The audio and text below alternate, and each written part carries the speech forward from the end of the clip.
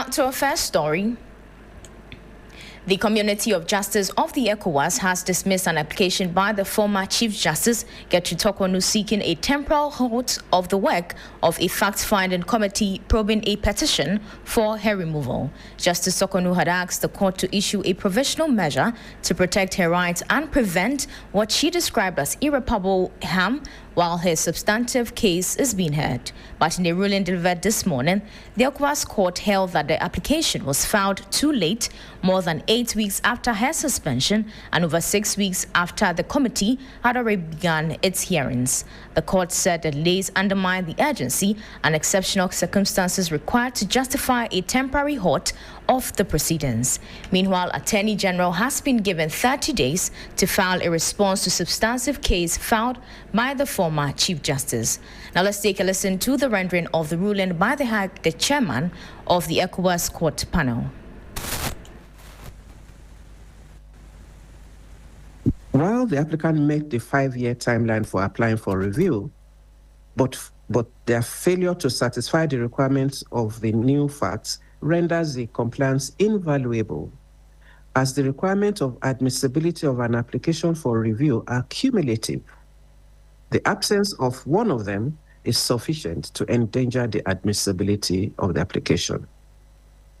In the light of the foregoing, the court hereby declares that the application for revision of judgment number ECW/CCJ/JUD/44/23 delivered on the 24th of November 2023 is inadmissible.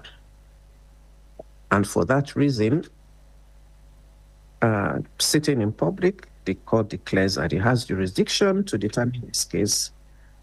However, declares the application is inadmissible and orders each party to bear the cost. The full complement of this judgment will be made available to parties upon signature by panel members. And so that was the rendering by the chair of the ECOWAS court dismissing the injunction application filed by the former Chief Justice Gertrude Torkornoo seeking to halt the work of the committee that was investigating her removal from office. Now let's bring in private legal practitioner Austin Bracco-Powers. Counsel, if you can hear me, first off, what do you make of the dismissal of the application for interim measure and reasons the court gave? Yes, let me say a good afternoon to your listeners and those who are watching on social media. I think this is a sound judgment, because I have said earlier that, first of all, when you look at Articles 79 to 86 of the ECOWAS Court Rules of Procedure on interim measures, when you are asking the court to grant you certain measures, the request must be urgent. It must be in the nature of, there must be some urgency around it. And the police of fact and the law establishing the prima facie case for the interim measures will apply. Now, when you look at the surrounding facts, you realize that the dismissed Chief Justice waited for some time before applying to or filing the case at the ECOWAS court, the basis of which she applied for the interim measures. So she was supposed to have disclosed that it was urgent. But here's a case that she went to the court sometimes some months after the suspension. So there was no urgency around the issue. Do you understand? So I see the decision of the ECOWAS court on that basis, on the application, very sound, because there must be some level of urgency around it. Now you've been suspended for some time, you sat there, you sat on your right, you didn't challenge it, and you allow the substructure or substratum to change. Because the minute she was suspended, they had to appoint an acting Chief Justice. Then now we have a substantive Chief Justice. So the substratum, the foundation, the basis of which she could stage a comeback, has been completely changed. So I agree with the decision of the ECOWAS court. Now, on the issue of the jurisdiction, and the jurisprudence of the ECOWAS court is clear that a mere allegation of human rights violation is enough to confer jurisdiction on it. And that its jurisdiction is established once the facts brought before it relate to human rights violation. And when you look at the application by the dismissed Chief Justice, she was citing or raising issues of breach of human rights violation. And when you and Article 9(4) of the 2005 ECOWAS supplementary protocol, it's clear on that. So I didn't see any reasonable justification for the government to, in fact, challenge the jurisdiction of the ECOWAS court. I saw it as an activity that will not yield any fruit. So basically, the decision of the ECOWAS court today, I think it's very sound. And on two fronts, they've dealt with the matter as it should be. And the government should go and prepare their defense. Because so long as the dismissed Chief Justice has raised issues of breach of fundamental human rights or violations of a human right, the ECOWAS court has clear jurisdiction under Article 9(4) of the supplementary protocol. Now, we know the AG has filed 30 days to file a response to the substantive case going forward. Now, what legal strategy would you expect the parties involved to adopt? No, I think clearly the government will want to go and say that, obviously the argument of the government would be that, no, they didn't cause any harm, either reputation-wise or breach of a fundamental human right by dismissing her from her role or getting her out of her role. That the dismissed Justice will also have to now marshal arsenal, defend why indeed she feels that her rights have been breached. I think we are in for a battle, but I know that if the dismissed Justice succeeds, she's likely to be awarded damages. So in some sum, it could be nominal damages, but the ECOWAS jurisprudence is clear. If you are able to ground a case or if you succeed in proving a case of violation, on one front, you may be entitled to declaratory relief. But if you're able to prove damages, that you suffered some special damages, then in that case, then you'll be entitled to special damages. So it is now within the court of the dismissed Chief Justice to prove that, one, if there was any violation of a human right, those violations occasion some special damages or occasion some injury to her. She must prove these two things in order to be entitled to special damages, which will be in a various sum.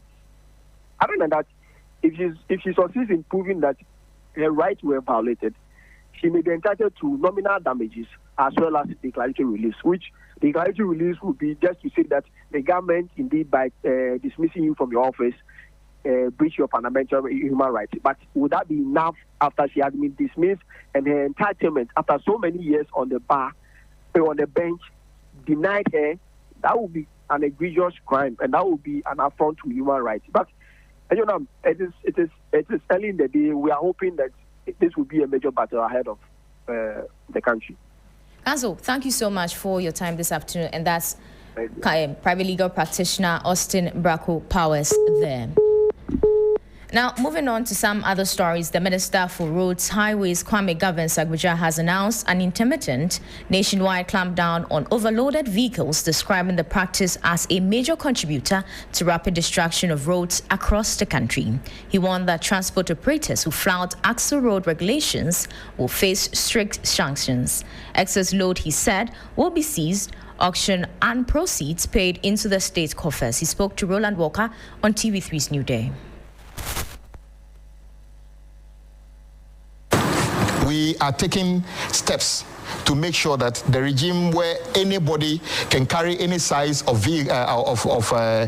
goods on our roads will change, because we've had studies that show that even if we finish all the investment, call it 10 billion on the road, and we allow the current regime where people overload 180 tons, 150 tons on the road, it will still deteriorate within 3 years. So we are taking steps to make sure that. How do you intend doing that? Okay. Using the axle loads or making them more effective, etc.? Because the axle load points, etc., have been points of corruption, have been meddled in by middlemen, etc., that their use have not been effective. A combination of things. Currently, we know that half of the problem comes from the Tema port.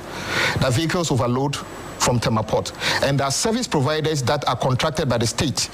And if they are listening to me, we know you are contracted by the state, you have built a weighing station at the port, yet some of these third-party service providers connive with some unpatriotic custom officers and allow vehicles to load and not use the weigh bridge, and then they get away with it. And as you said, when they get onto the highways as well, the regime of the compliance enforcement has been lax, partly because the level of penalty. Currently, they charge the maximum 5,000. You may be aware that there's a fees and charges in Parliament that raises that penalty of 5,000 to 50,000. We believe that will be an amount of terrain.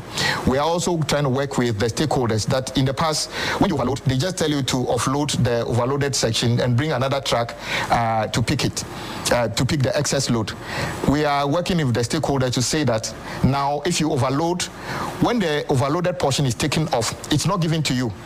It is auctioned and proceed given to the state. We believe a combination of these things will be enough deterrent to stop people from overloading. Minister of Roads and Highways, Kwame Governs Agboja. We're taking a break. We'll be right back. Stay with us.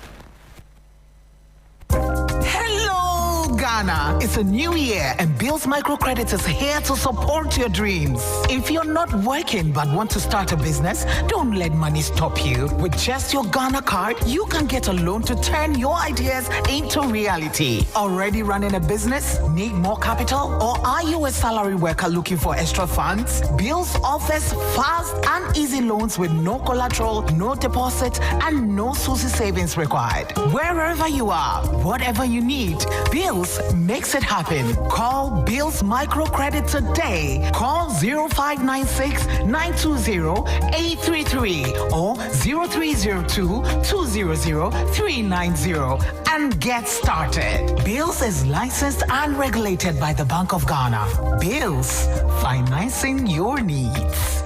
Terms and conditions apply. It's still the midday news here on 3FM 92.7. Now to some environmental stories now. Heath Goldfields Limited has confirmed the death of 3 illegal miners who entered into Prestia's concession in the western region. The miners reportedly used unauthorized routes to access a restricted, inactive underground section of the mine where they became trapped. Their death follows widespread reports in the Bogosu Prestia enclave suggesting that as many as 11 illegal miners may have been trapped after part of the abandoned mine caved in over the weekend. In a statement issued today, Heath Goldfields expressed deep sorrow, extending condolences to the family and wider Prestia community. The mining firm says to cooperating fully with the Ghana Police Service, the Ministry, the Minerals Commission, and the National Disaster Management Organization as investigation and recovery efforts continue. It's commended emergency teams for their swift and professional response. Now we'll take you on the phone lines where my colleague Irama Smith has been monitoring development and joins us on the phone for details. Now Irama, if you can hear me, do we know whether more miners are still trapped underground and what efforts are being currently underway to verify the exact number involved? I can hear you, yeah, thank you. The company is still investigating to see or searching to try to find other miners. For now, they cannot tell if anyone is trapped there, but they are suspicious of more people being trapped in there because, you know, they usually move in groups, not less than 3. So they have the suspicion that more people are trapped in there. And now we have the ministry, the Minerals Commission, we have NADMO, we have the security agencies, and all other stakeholders involved in trying to find more bodies. They are challenged because of the gas that is emanating from these pits. But as of this morning, when I spoke to the chairman of the Prestia Urban Council, I was informed that the 3 bodies have been identified and buried, and work is still ongoing to try to find other bodies. Right, now let's speak about the security gaps that allowed the miners to have access to an inactive and restricted underground concession. I mean, I believe you've spoken with the mining company. What have they been saying? Right. In many of the mining concessions, you find that usually some of the pits are not given, but they look the other way when the indigents access it, because the miners would have, or the companies would have completed mining there and would not be too keen on investing money into those particular pits because of the grade of minerals that they find there. So these pits are usually left for the indigents to also access. This one, we understand that, they have levels when you go to the pit, from level 1 to about 30. Over here, from level 6, you understand the indigents have access to level 6 to 9. And it is this level that this incident happened. So the security at this level is usually lax because they are not too interested in mining for the quality or the grade of minerals that exists at this level. Irama, thank you so much. That was my colleague Irama Smith, who's bringing us updates on some 3 illegal miners who died when they entered the Prussia concession in the Western region. Now, moving on.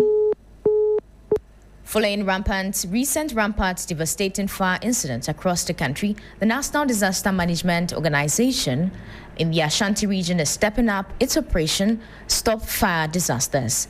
Officials are targeting markets where negligence and poor safety standards are fueling situations. The campaign intensification follows alarming data from the Ghana National Fire Service, which recorded over 50 fire outbreaks across Ashanti region in the last 3 months. A statistic that has pushed disaster managers to move beyond education towards enforcement. NADMO checks between October and November uncovered a pervasive lack of basic fire safety tools in markets. Some of the big shops did not have very basic things like smoke detectors, like fire alarms. They have not trained their staff on what to do in case of fire or any kind of disaster. They have no assembly points. They have inadequate extinguishers and all of that. In fact, we did some banks and a few others. In all, the picture was not rosy. Officials also report a dangerous culture of complacency and direct violation of safety protocols. From October to now, we have visited a total of 30 markets or locations. The same things we observed from the reports of last year. We realize they are still pertaining. 1, poor wiring. Even in Kejetia, the brand new Kejetia, there are some, improper wiring. Our traders are busily cooking, left, right, centers. I'm not talking about, stipulated chop bars or eateries. No. You meet this woman, she says she has ulcer, so she doesn't eat chop bar food. So she has a cold pot, between her legs, and she's selling plastics. Her neighbor is selling sewing materials. Despite repeated warnings, the destructive fires continue, devastating livelihood and threatening economic activities. To break this cycle, the Operation Stop Fire Disasters Initiative is adopting a tougher stance. NADMO has announced it will now collaborate directly with law enforcement agencies to ensure compliance with fire safety laws. After the educational phase, traders who flout the law will be made to sign bonds of good behavior, formally committing not to cook or bring prohibited equipment into the market.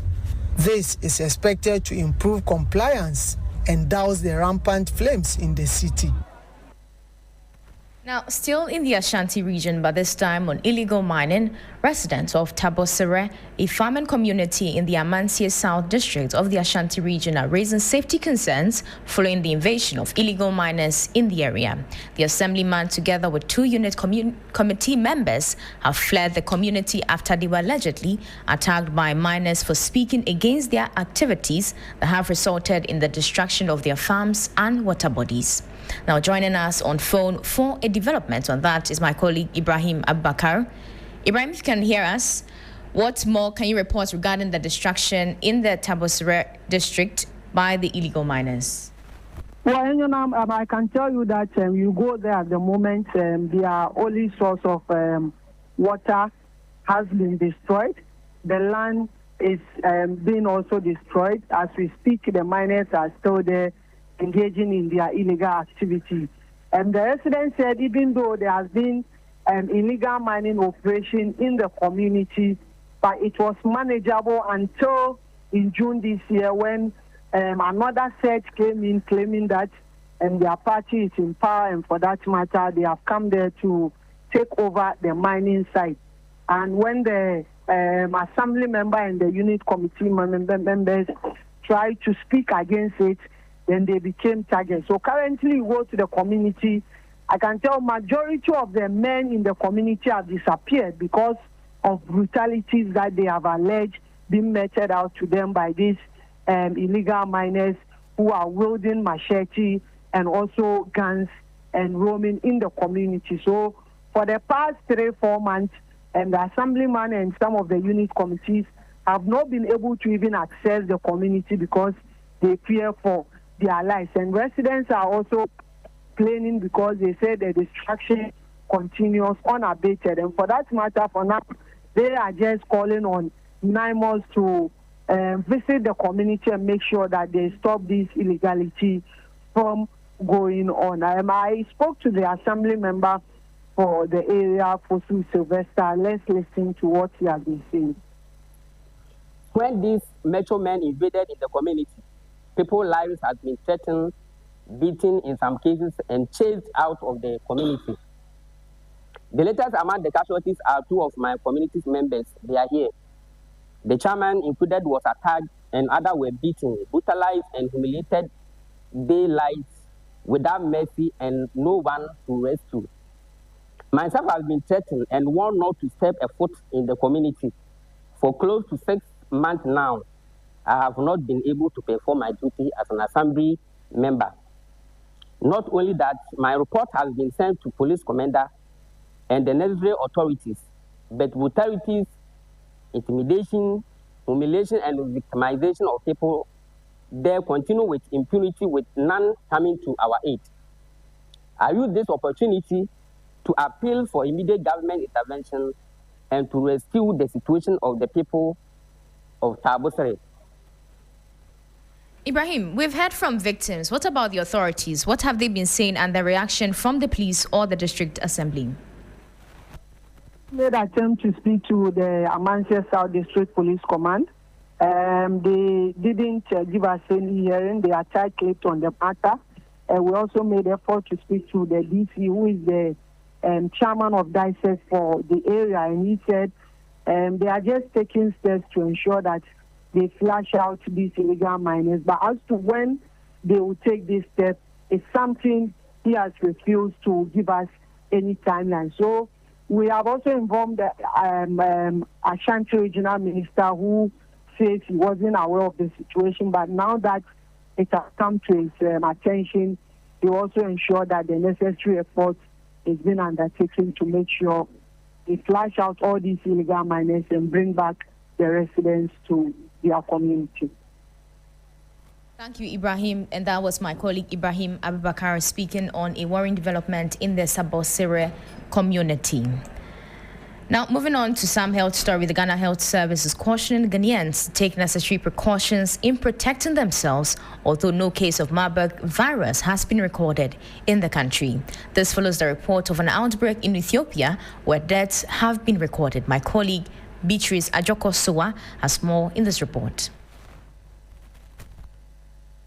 As part of efforts to prepare the country against the possible outbreak of the Marburg virus, the Ghana Health Service visited key institutions, including the Ghana Infectious Disease Center, Kotoka International Airport, Pantai Hospital, and the Public Health Emergency Operations Center, to assess national readiness.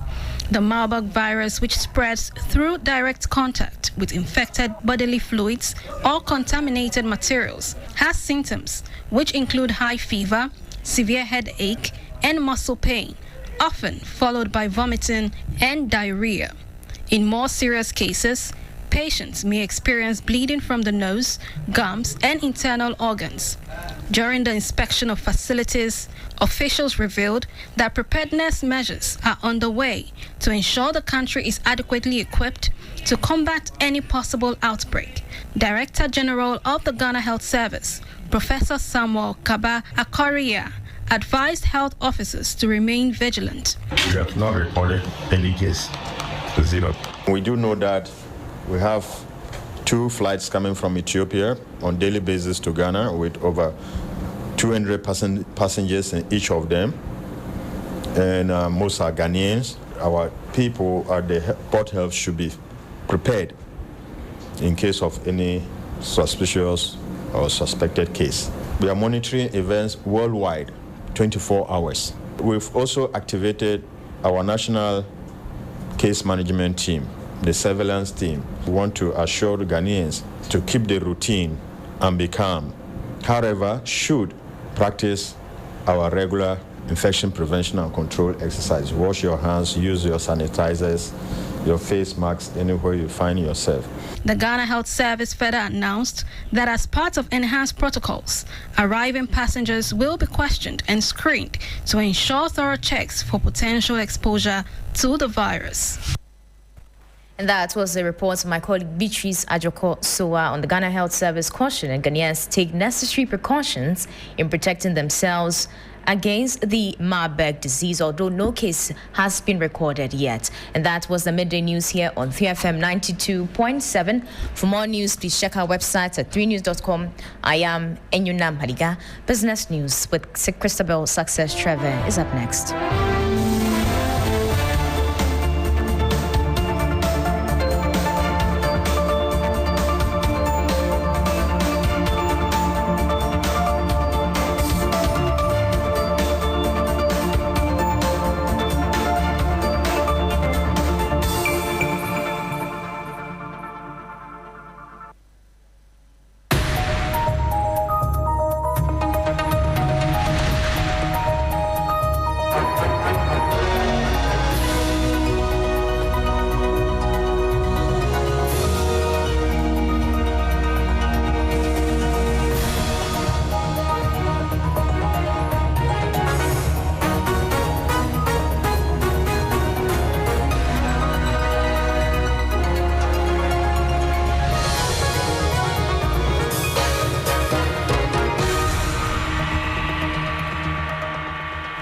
Hello, good afternoon and welcome to Business Daily on 3FM 92.7. Coming up, GRA confirms new VAT reforms to take effect January 2026 as Parliament considers proposal to abolish COVID-19 levy, reduce effective VAT rate and boost business growth. I am Christabel Success Trevor. Will bring you the details of our headline story shortly. Stay with us.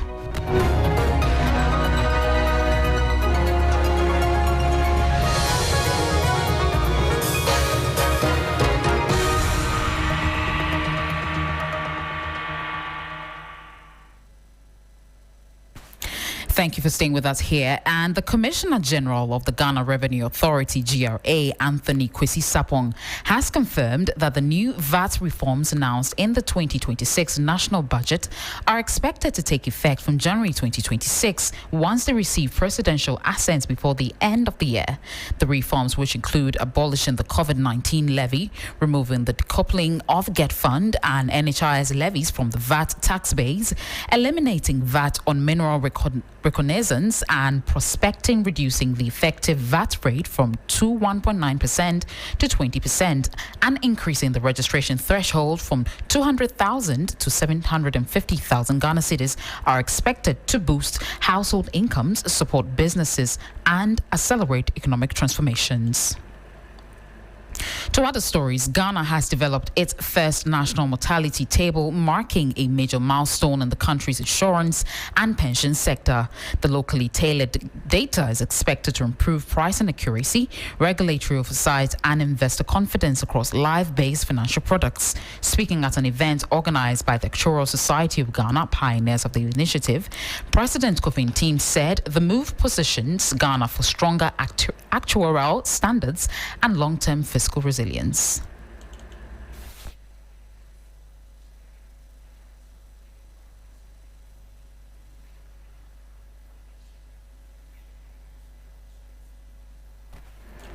We'll bring you that in our subsequent bulletins, and that'll be it for the business segment here on 3FM 92.7. My name is Christabel Success Trevor. Enjoy the rest of our programs.